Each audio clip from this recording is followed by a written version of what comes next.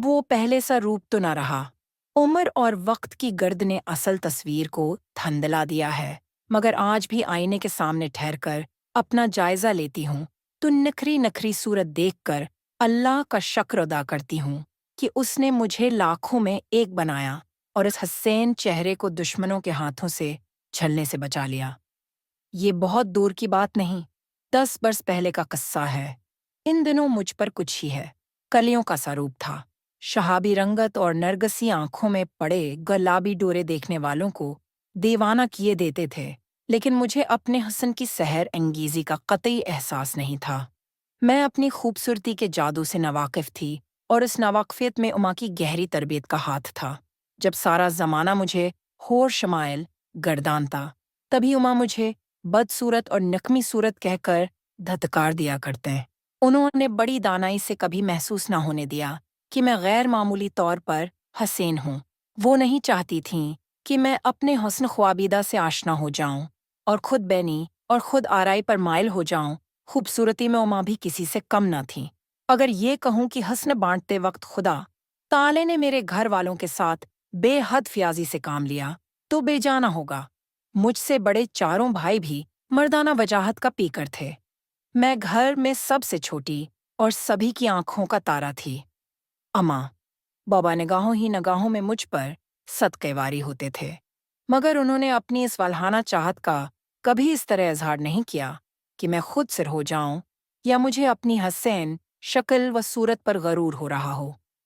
Primary पास करके secondary में दाखिला लिया तो स्कूल की लड़कियों ने मेरी सूरत को सराहना और मुझे बावर कराना शुरू किया कि मैं हसन की मलका हूँ। वो मुझ पर रिश्क करते तो उनकी सत्ताइश भरी नज़रों का मफहूम समझकर मेरा अंग अंग खुशी से नाच उठता।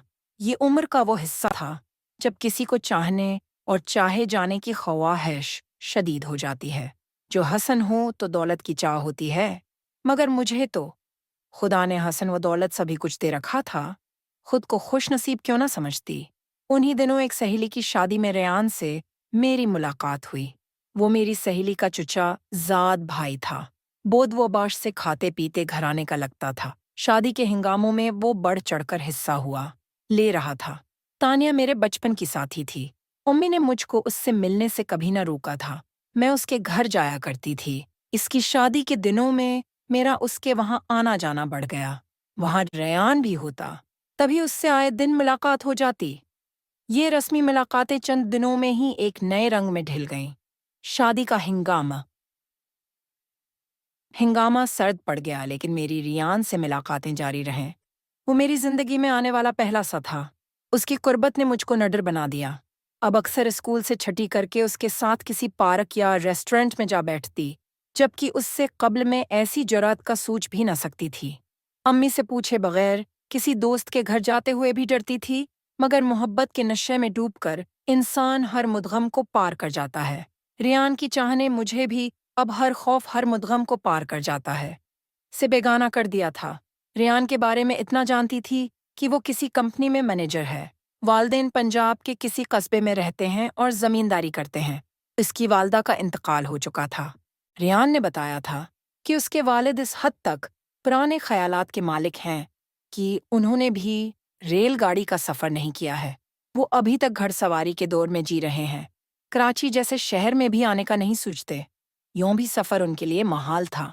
बढ़ापे और बीमारी ने उनको सफ़र के काबिल न छोड़ा था।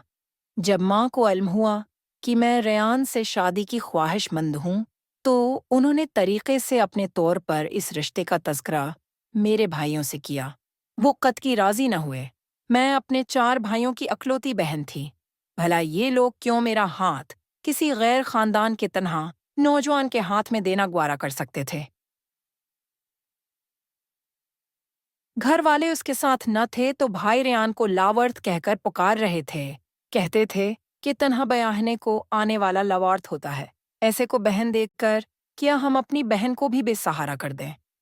घर वालों के अल्फाज पर मैं बरमिला एहतजाज कर सकती थी, लेकिन मुसलसल खामोशी और गम सम रहने से सब समझ गए कि मैं रिश्ते के ठकराने पर अफसरदा हूँ।